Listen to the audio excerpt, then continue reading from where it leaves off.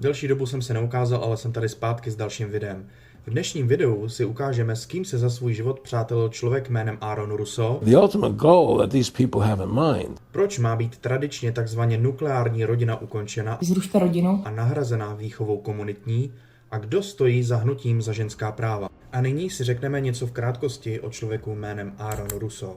Aaron Russo byl americký podnikatel v zábavním průmyslu, filmový producent a politický aktivista. Psal se rok 2006 a do rozhovoru s Alexem Jonesem byl pozvaný host právě Aaron Russo, o kterém bude toto video, které jsem za chvilku střihnu. Aaron promluvil o svém bývalém přátelství s Nicholasem Rockefellerem. Jo, přesně tak, ta vlivná rodina Rockefellerů. Toto přátelství začalo během Russovy kampaně na guvernéra za stát Nevada, které vedlo k Nicholasově pozvání do sněmu zahraničních vztahů. Později toto přátelství Aaron Russo sám ukončil, protože Rockefellerovy záměry nebyly slučitelné s tím, co sám Russo věřil. I had a friend, Nick Rockefeller, okay, who was one of the Rockefeller family, and he, when I was running for governor in Nevada, he came to me, introduced himself to me through an attorney, and we became friends. We started talking about things, and I learned an awful lot from Mr. Rockefeller. And one of the things that we used to talk about was the ultimate plan of the banking industry, what they wanted to accomplish. And the goals of the banking industry, not just the Federal Reserve System, but the private banks in Germany and England, all over Italy, all over the world, they all work together. They're all central banks. The ultimate goal that these people have in mind is the goal to create a one world government run by the banking industry, run by the bankers, and they're doing it in sections. The European currency, the euro, and the European Constitution is one part of it. The whole agenda is to create a one world government where everybody has an RFID chip implanted in them. All money is to be in those chips. Tady v této části si všimněte, kdy Aaron Russo mluví o jakýchsi čipech, na kterých má být nahraná nějaká forma placení, nějaká forma peněz. No, ale jak vidíte, tak většina z nás má už něco, čemu se říká smartwatch, chytré hodinky. Díky nim se dá platit, pouze přiložíte k terminálu. Spoustu lidí to tak využívá, protože přeci už je moc práce vytáhnout z peněženky kartu a s ní zaplatit. Mně to přijde, že to je něco podobného, jako mají vězni, kteří jdou na domácí vězení. Mají náramek na noze nebo na ruce, který je snímá. Ty hodinky dělají to sami. Ví přesně, kde jsou, co jste zaplatili, snímají vám tep, snímají vám spánkovou fázi, dokonce ženám měří nějaký menstruační cyklus. Já si myslím, že není ani potřeba dávat čip lidem pod kůži. Oni už ho dávno mají. obsloužit posledního zákazníka a pak už jen přepnout do automatického režimu. Zákazníci se dovnitř dostanou přes mobilní aplikaci, kterou aktivují bankovní identitou. Sami si vyberou zboží, zaplatí kartou a odejdou. Pro tento formát jsme se rozhodli z ekonomických důvodů, protože náklad na personál by byl tak vysoký, že bychom byli ještě více ve ztrátě.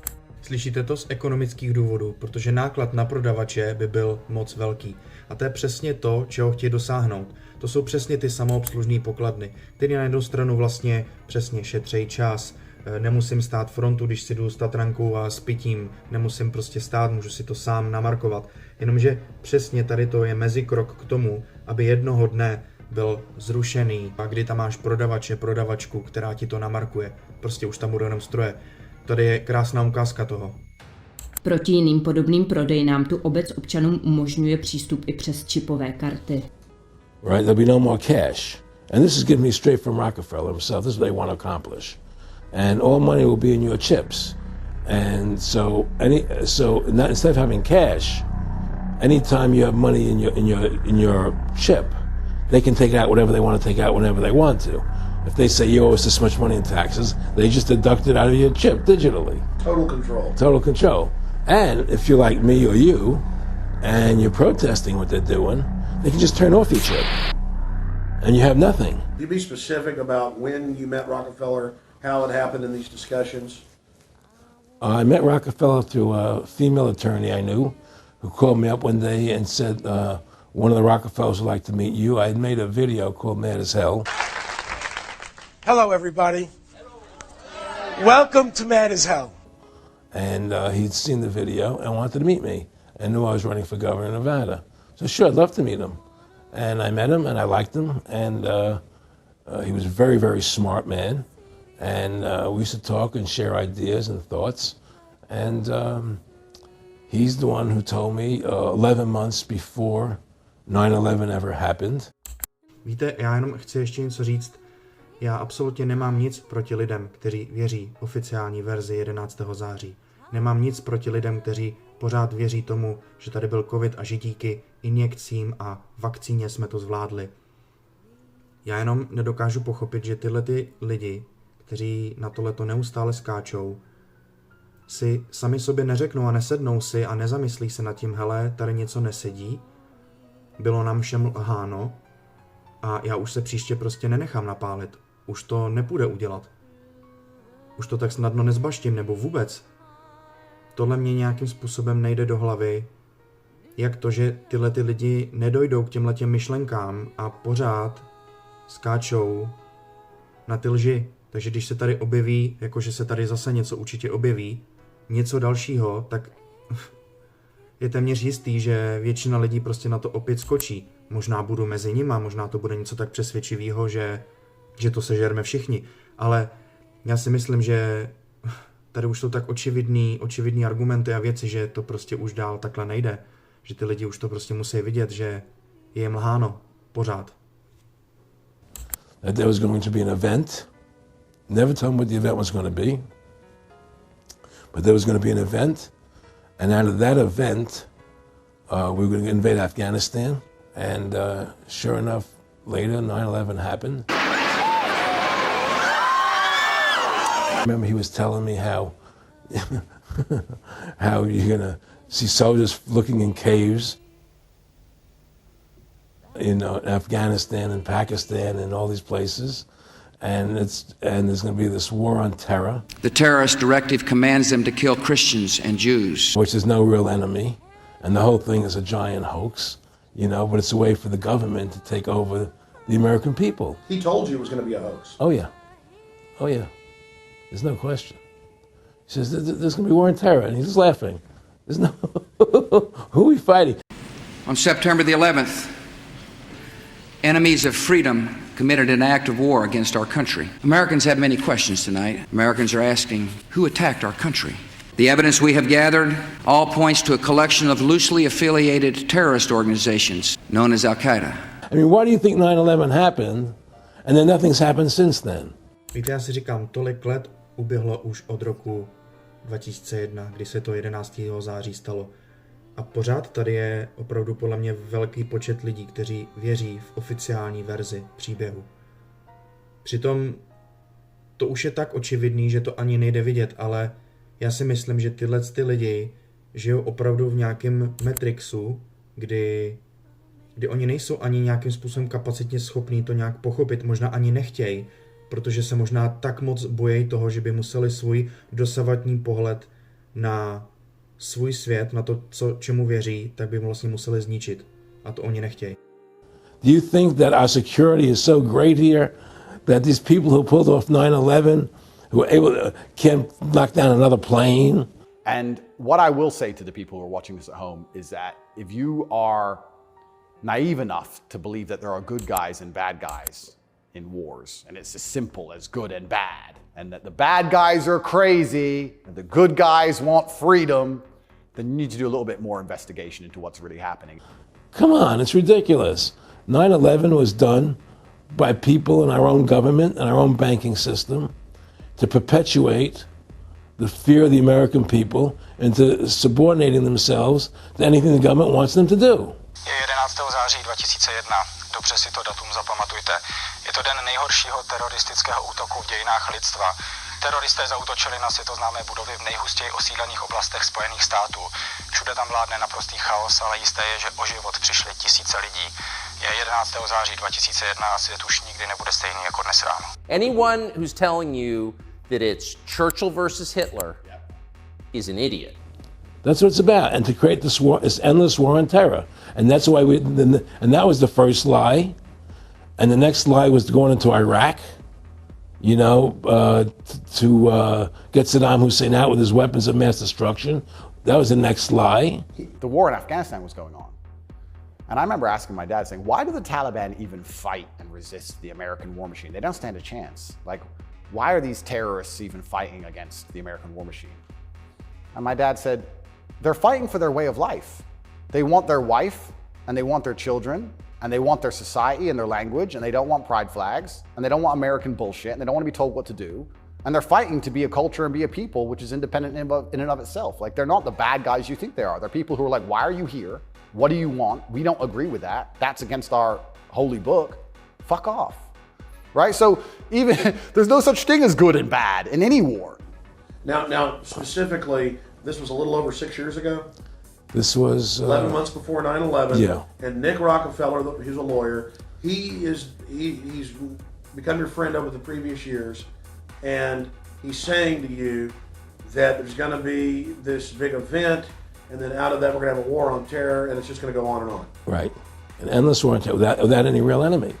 That you can never define a winner. And did he say that it's going to be perfect because you can't define an enemy and it just goes on? Yeah, because you can't define a winner.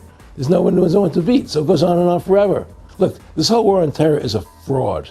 It's a farce. Because I think a lot of this is actually genuinely cowardice. I think it's a very easy worldview. The life is easier if you accept the news tells the truth. Yes. Everything they want me to believe is true. Everything's nice and simple. Good guys, bad guys, doop-de-doop-de-doo.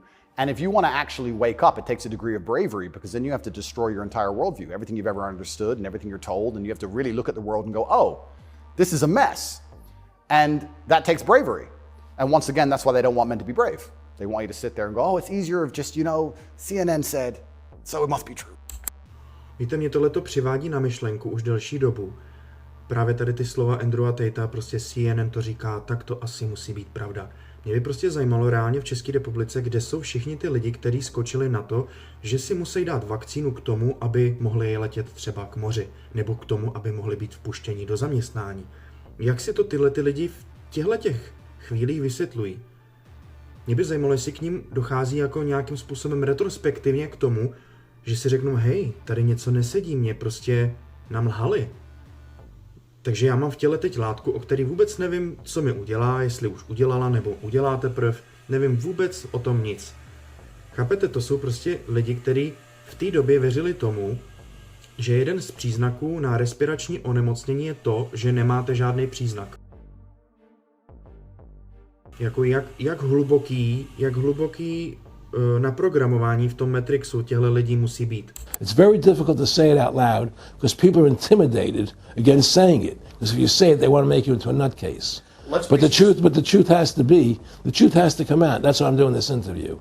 The fact of the matter happens to be that the whole war on terror is a fraud. It's a farce. Yeah, there's a war going on in Iraq because we invaded Iraq and people over there fighting, But the war on terror, it's a joke. Trying to recruit you, and didn't it come down to the point of, hey, we are here to recruit you, and don't worry, your chip's going to say, don't mess with us. This guy's don't touch. Yeah, yes, that did happen. I was definitely being recruited, but it's more subtle than that. Well, in your words, just go through the process, and then what he said. Well, what it is remember, we were friends, and we used to go to my house a lot. We'd have dinner, we'd talk.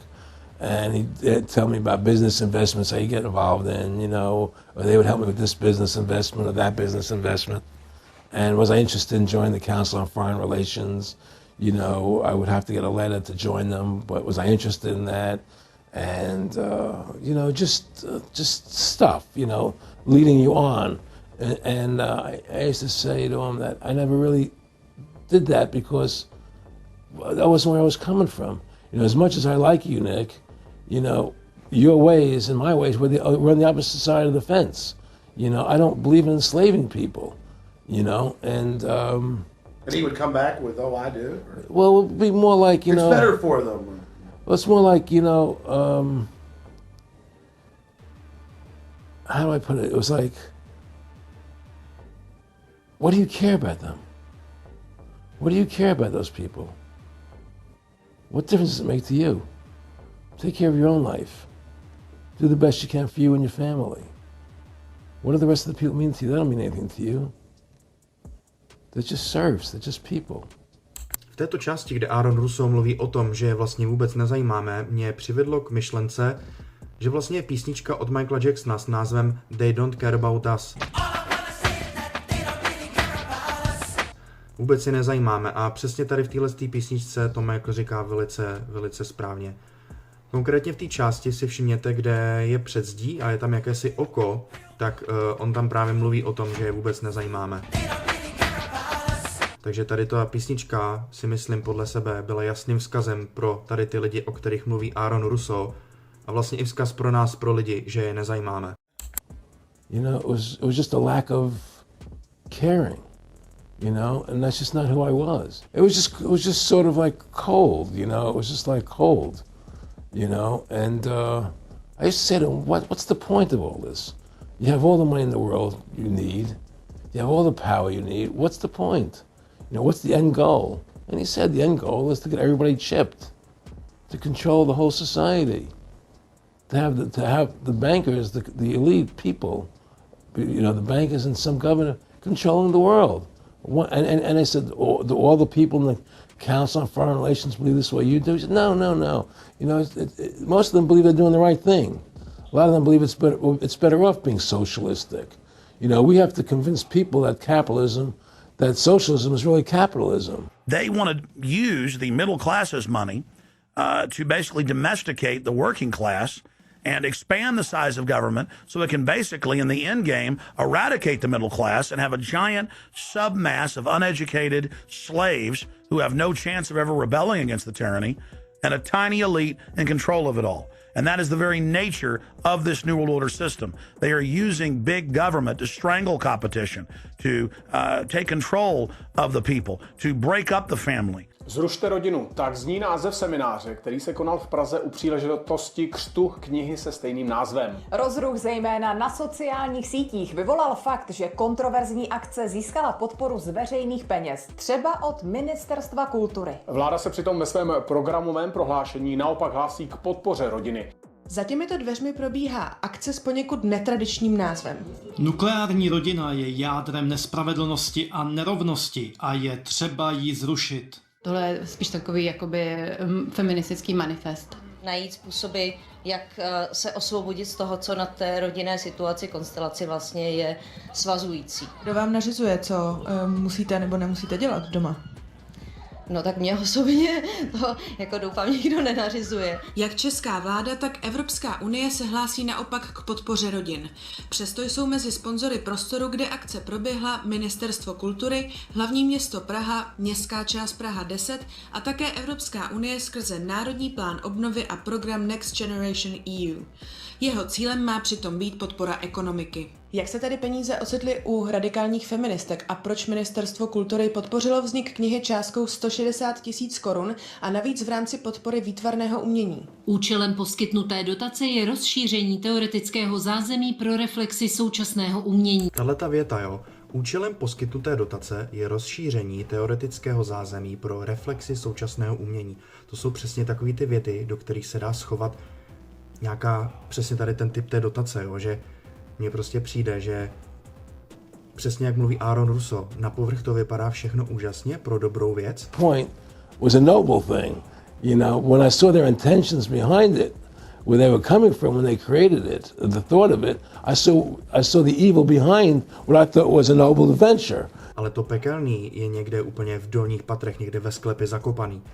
Jo, takže to je to samé jak prostě Green Deal. Na první pohled to vypadá vlastně, že to je dobrý pro planetu, dobrý pro to, jak prostě lidi špatně vyhazují odpadky, jak plýtváme jídlem, jo, prostě uhlíková stopa a tak dále, ale to pekelný je prostě někde totálně zakopaný ve sklepě a dřímá a čeká na svoje probuzení. A tohle to je podle mě přesně ta věc, kdy se jedná jako, že ne, my tady nechceme rušit žádnou tradiční nukleární rodinu. To ne, my tady jenom jako připomínáme, že by to šlo i jako jinak možná, no tady máte prachy a nějak to tam jako spolu pytlíkujte. To je docela zajímavý, co říkáte? Ahoj, my jsme Maja a Eliška z druhé směny a moc bychom vás chtěli pozvat na křest českého překladu knížky Zrušte rodinu od naší oblíbené spisovatelky Sophie Lewis. Takže chceme šířit vědomí o rodině, o zrušení rodiny na velice nehierarchický a participativní způsob. To basically set up a global plantation or neo-feudalist state. Jenom taková zajímavost, já když jsem editoval tohle video a říkal jsem si, že by se tam do tady toho konceptu, co říká Aaron Russo a Andrew Tate a tak dál, hodilo právě tady ten blábol s tím zrušením nukleární rodiny, jak oni říkají, tak jistě si pamatujete na seriál jménem Červený trpaslík, konkrétně na díl, který se jmenuje Hololoď. My jsme tady zavrhli model rodiny Zrušte rodinu. v 25. století, když naši vědci prokázali, že za všechny problémy a neurozy mohou naši rodiče. Já to věděl. Rodina ohrožuje naše duševní zdraví. A veškeré vztahy rovněž. Tyto zastaralé koncepce jsou překonané. A pokud jde o lásku, jistě se můžete zamilovat. Láska je pro nás pasé, pane Rimre. Je to krátkodobá hormonální úchylka, která brání dokonalému rozvoji osobnosti. Jsme hologramy. Nehrozí nám choroby či gravidita. Proto v naší společnosti věříme pouze v sex. V trvalý, nezávazný sex. Já vím, spousta lidí po shlednutí právě tohoto si říká, ježiš, ale to je komedie, přeci to nemůžeš brát vážně, to byla jenom sranda. No nevím, mně to přijde, že to, co jsme právě před chvilkou viděli, zrušení rodiny, EU na to přispívá, mně to přijde docela vizionářský, že někdo si o tom skrz humor dělal srandu, ale možná to dost myslel vážně, že to jednou takhle bude, že každý bude chtít jenom nezávazný sex. Na co rodina? K čemu? Zajímavý, ne? Well, one of the things they told me was that he was at the house one night and we were talking and he started laughing. He said, Aaron, what do you think women's liberation was about? And I said, I had pretty conventional thinking about it at that point. I said, I think it's about women having the right to work, getting equal pay with men, just like they won the right to vote, you know? And he started to laugh. He said, you're an idiot. And I said, why am I an idiot? He said, let me tell you what that was about. We, the Rockefellers, funded that. We funded Women's Lib, you know? And we're the ones who got all over the newspapers and television, the Rockefeller Foundation. He says, and you want to know why? He said, there were two primary reasons. And they were, one reason was we couldn't tax half the population before Women's Lib. And the second reason was, now we get the kids in school at an early age. We can indoctrinate the kids how to think. It breaks up their family. Zrušte rodinu. The kids start looking at the state as the family, as the school, as the officials, as their family, not as the parents teaching them. And so those are the two primary reasons for Women's Lib, which I thought up to that point was a noble thing. You know, when I saw their intentions behind it, where they were coming from when they created it, the thought of it, I saw the evil behind what I thought was a noble venture.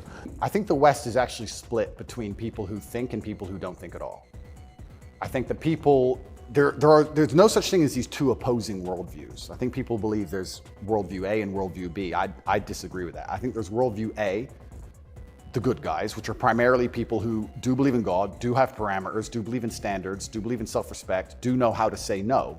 And there's worldview B, which changes day by day, based on what they're told, which means they have no real worldview at all. They just repeat. And they have no standards and they have no parameters. There's nothing you can tell them that will make them wake up and go, that's wrong, because they have no inherent morality.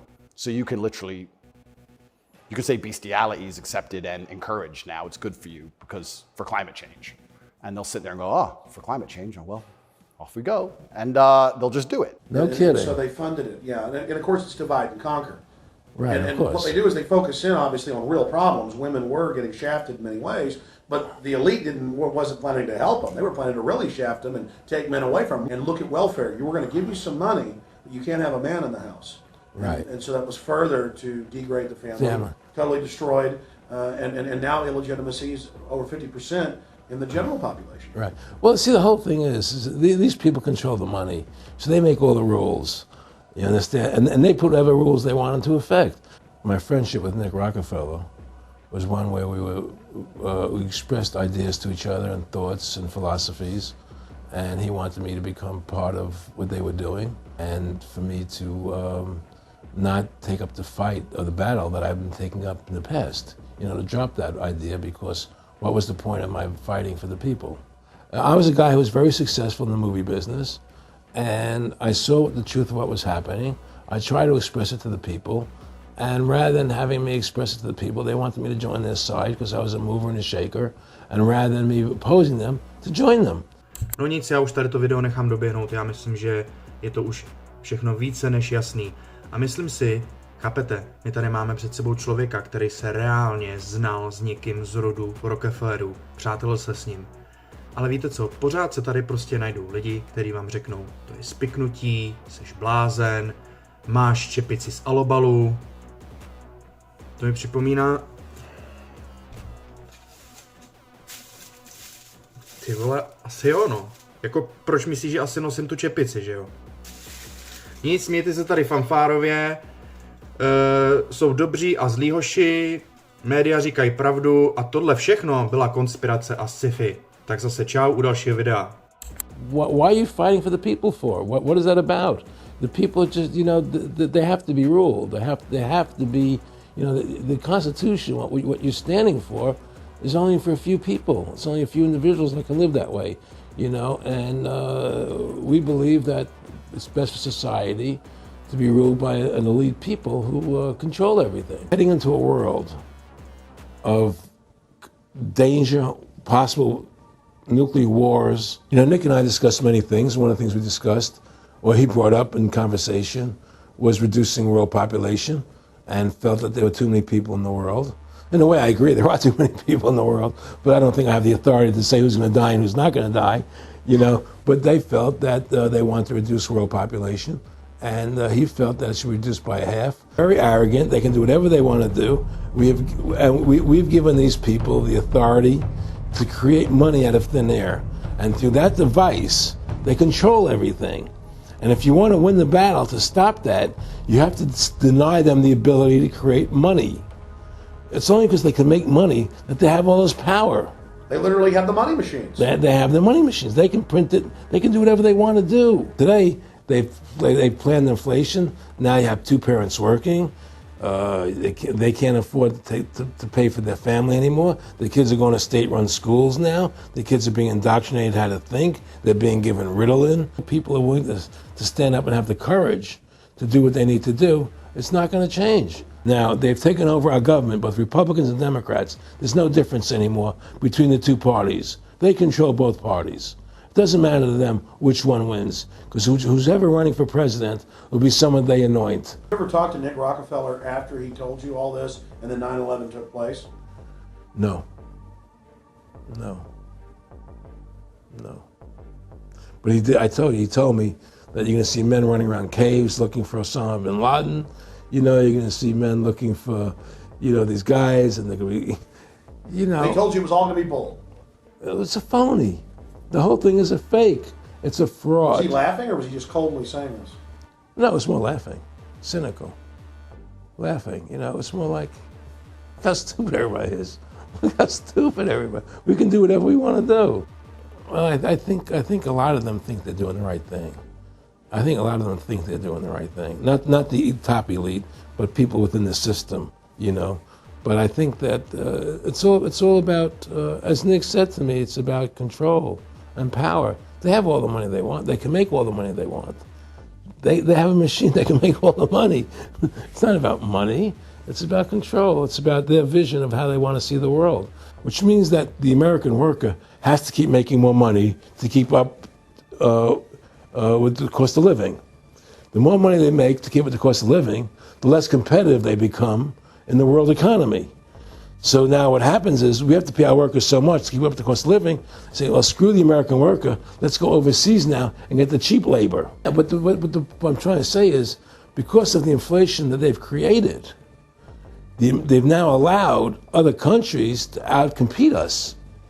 You see, because other countries don't have to pay as much money as we have to pay here to our workers to survive. Yes. So now we're not competitive anymore. So we've lost our manufacturing base. I want to thank you for this interview. Anything else you want to add? No, I'm happy to do it for you. How about your website?